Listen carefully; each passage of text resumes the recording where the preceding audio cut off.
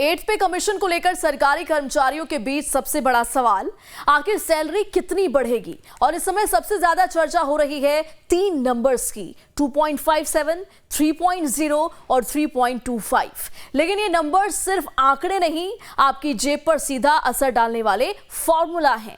दरअसल इसे कहते हैं फिटमेंट फैक्टर, यानी आपकी पुरानी बेसिक सैलरी को किस मल्टीप्लायर से बढ़ाया जाएगा। सीधे शब्दों में इसे समझते हैं, नई basic salary is equals to पुरानी बेसिक इनटू फिटमेंट फैक्टर।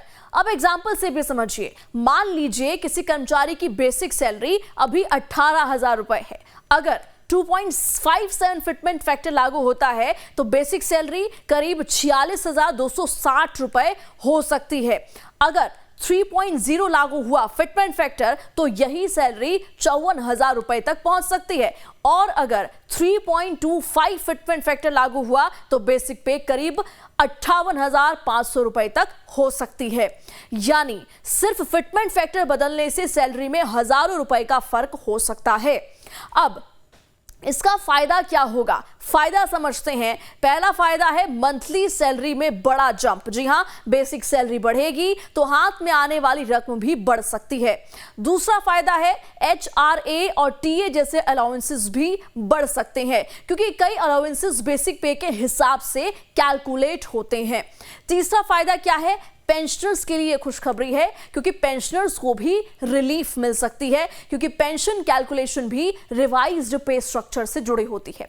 अब एक और एग्जांपल, अगर किसी कर्मचारी की करंट बेसिक सैलरी 40,000 रुपए है, 2.57 फैक्टर पर बेसिक करीब 1,02,000 रुपए हो सकती है, 3.0 फैक्टर पर 1,20,000 और 3.25 फैक्टर पर करीब 1,30,000 रुपए। यानी फर्क सिर्फ डेसिमल का नहीं, पूरी लाइफस्टाइल चेंज का हो सकता है।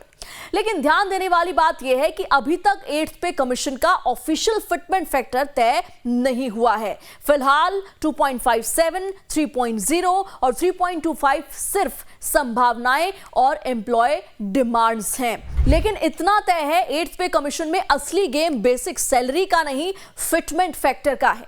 अब सवाल, आम कर्मचारी को इससे फायदा कैसे होगा? सबसे बड़ा फायदा होगा हर महीने ज्यादा सैलरी, क्योंकि फिटमेंट फैक्टर बढ़ने का मतलब है बेसिक पे बढ़ना, और बेसिक बढ़ते ही पूरी सैलरी स्ट्रक्चर ऊपर चली जाती है। और जैसा कि हमने आपको समझाया कि कई अलाउंसेस ऐसे होते हैं जो सैलरी से जुड़े होते हैं, इसलिए बेसिक बढ़ेगी तो हाउस रेंट और ट्रैवल बेनिफिट भी बढ़ सकता है। पेंशनर्स को राहत है, रिटायर्ड कर्मचारियों की पेंशन भी रिवाइज्ड पे स्ट्रक्चर से जुड़ती है, इसलिए पेंशन अमाउंट में भी इजाफा हो सकता है। इसके अलावा लोन लेने की क्षमता बढ़ सकती है। जब मंथली सैलरी ज्यादा दिखेगी तो होम लोन या कार लोन एलिजिबिलिटी भी बढ़ सकती है। इसके अलावा सेविंग और इन्वेस्टमेंट की कैपेसिटी बढ़ेगी। सैलरी हाइक के बाद लोग SIP, इंश्योरेंस या फ्यूचर प्लानिंग में ज्यादा पैसा लगा पाएंगे या इन्वेस्टमेंट कर पाएंगे। सपोज करते हैं अगर किसी कर्मचारी की बेसिक सैलरी 18,000 से बढ़कर 54,000 तक पहुंचती है तो सिर्फ सैलरी नहीं, PF कंट्रीब्यूशन, ग्रेचुइटी और रिटायरमेंट बेनिफिट्स भी बढ़ सकते हैं। यानी फायदा सिर्फ आज की सैलरी तक सीमित नहीं रहेगा, लॉन्ग टर्म फाइनेंशियल सिक्योरिटी पर भी असर पड़ेगा। इसलिए एट्थ पे कमीशन में फिटमेंट फैक्टर सिर्फ एक नंबर नहीं, करोड़ों कर्मचारियों की मंथली इनकम और फ्यूचर प्लानिंग से जुड़ा मुद्दा है। आपके मन में अगर एट्थ पे कमीशन को या फिटमेंट फैक्टर को लेकर के कोई सवाल है तो कमेंट सेक्शन में हमें जरूर बताएं। फिलहाल इस वीडियो में इतना ही, मुझे दीजिए इजाजत। जय हिंद, नमस्कार।